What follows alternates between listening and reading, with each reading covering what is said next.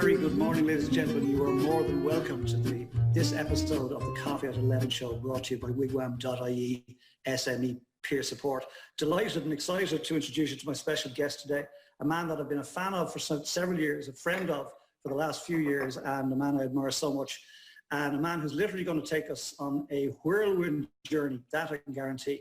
Pat Falvey, you're more than welcome. Please say hello and show us your coffee mug, please. Well, there you are. Hi to everybody, and it's absolutely a pleasure being here. But this was given to me by my parents, and it says, every time I think of you, my wonderful son, you know, the cup, like they actually pride with joy, right? And they overflow with love. And believe it or not, I used to be really crapless about my mother kissing me and hugging me when I went to school. But now I understand that she's in her 80s, how important it is for her to be loved and to get those actually hugs that we're all so much wishing to get these days, you know. So yeah, that's my mug this morning, and I'll enjoy it.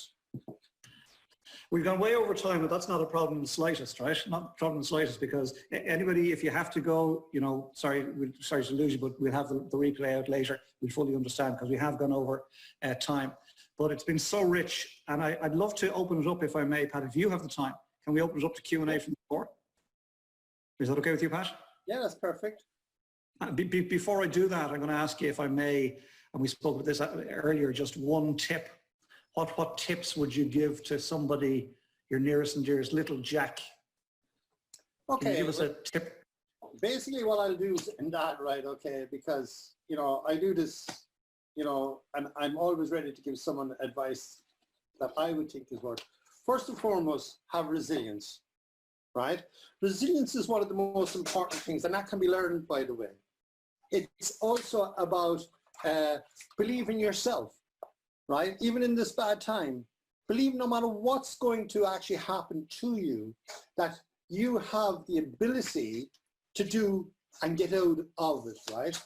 The other one is face your fears. As you can see about fears, what happens with most people is they run away from their fears, but in actual fact, their fears bite them in the arse, right? So just tackle them, and half the time it's not half as bad as you think, and things will get better.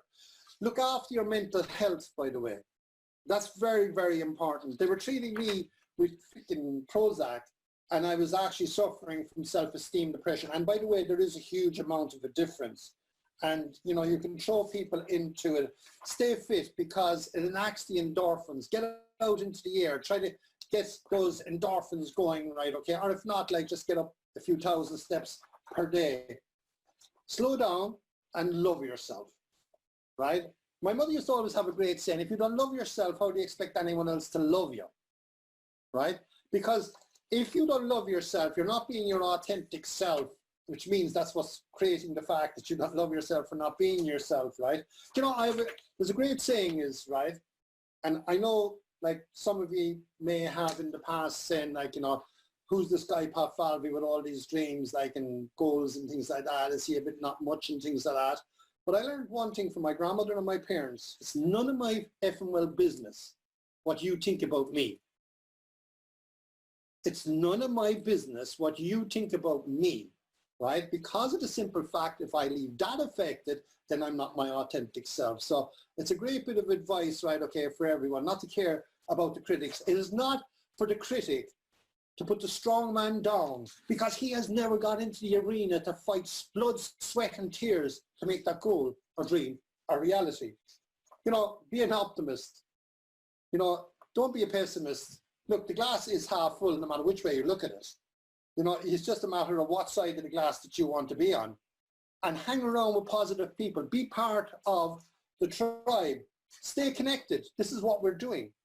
This is actually, you know, this is one of our social interactivities, right? Okay, we need to see each other. We need to hug each other. We need to touch each other.